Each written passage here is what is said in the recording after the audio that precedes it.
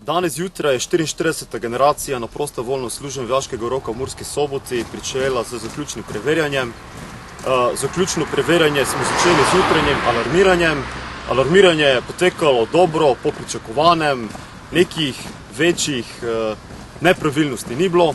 Vojaki so hitro pobasali svojo opremo, posedli položaje in delali po naših ukazih. Nato smo pričeli z delitvijo testov, katere so pisali prejšnji teden. Vojaki so se potrudili, rezultati na testu so bili precej dobri in začelo se je samo zaključno preverjanje generacije, ki končuje usposabljanje v vojašnici Murska Sobota. Cela trasa je dolga nekje 22-23 km, poteka v okolici Murske Sobote, konča se pa na našem vodlišču Berek.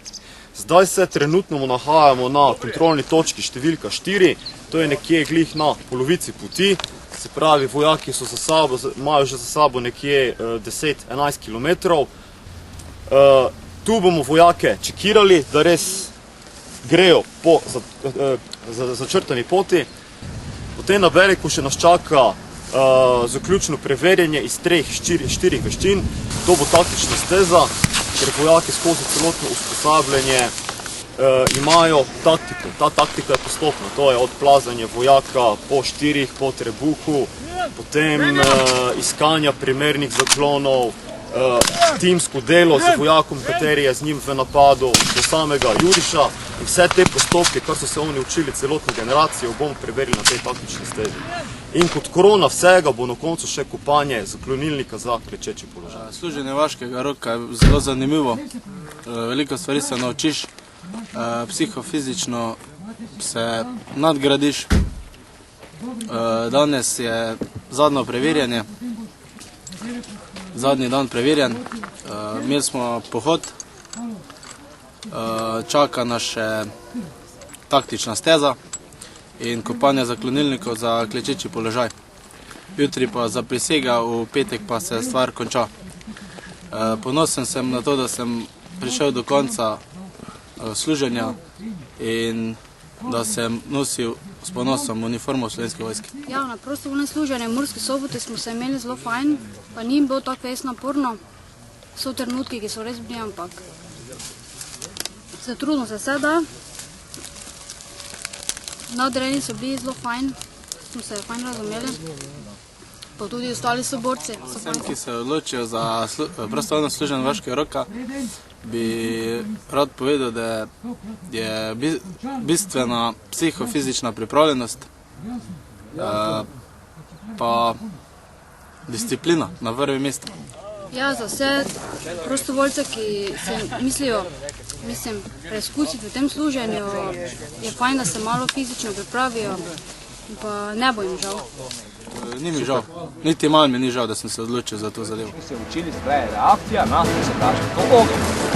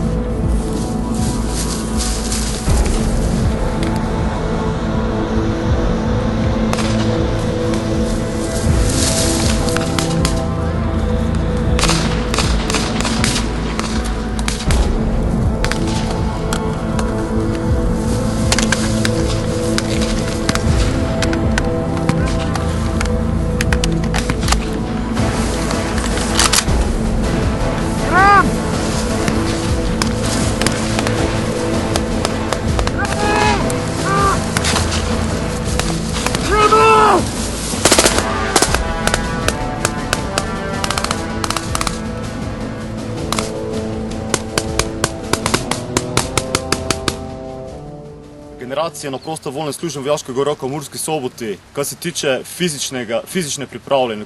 Ko so prišli, so bili kar velike problemi z določenimi vojaki, premalo fizično so prišli pripravljeni v našo vojašnico. S tem, da z postopnim delom, dobrim delom se je to odpravilo in na koncu, glih včeraj smo imeli Cooperja, preverjanje, so bili rezultati zelo dobri, 6 oziroma celo 7 vojakov so imeli 6 opikami, kar je kar veliko število vseh teh vojakov, ko so prišli. Generacija, kar se tiče taktike in tudi fizičnih sposobnosti, je zelo napredovala, pridobili so ogromno znanja in marsikateri vojak v tej generaciji se bo tudi zaposlil.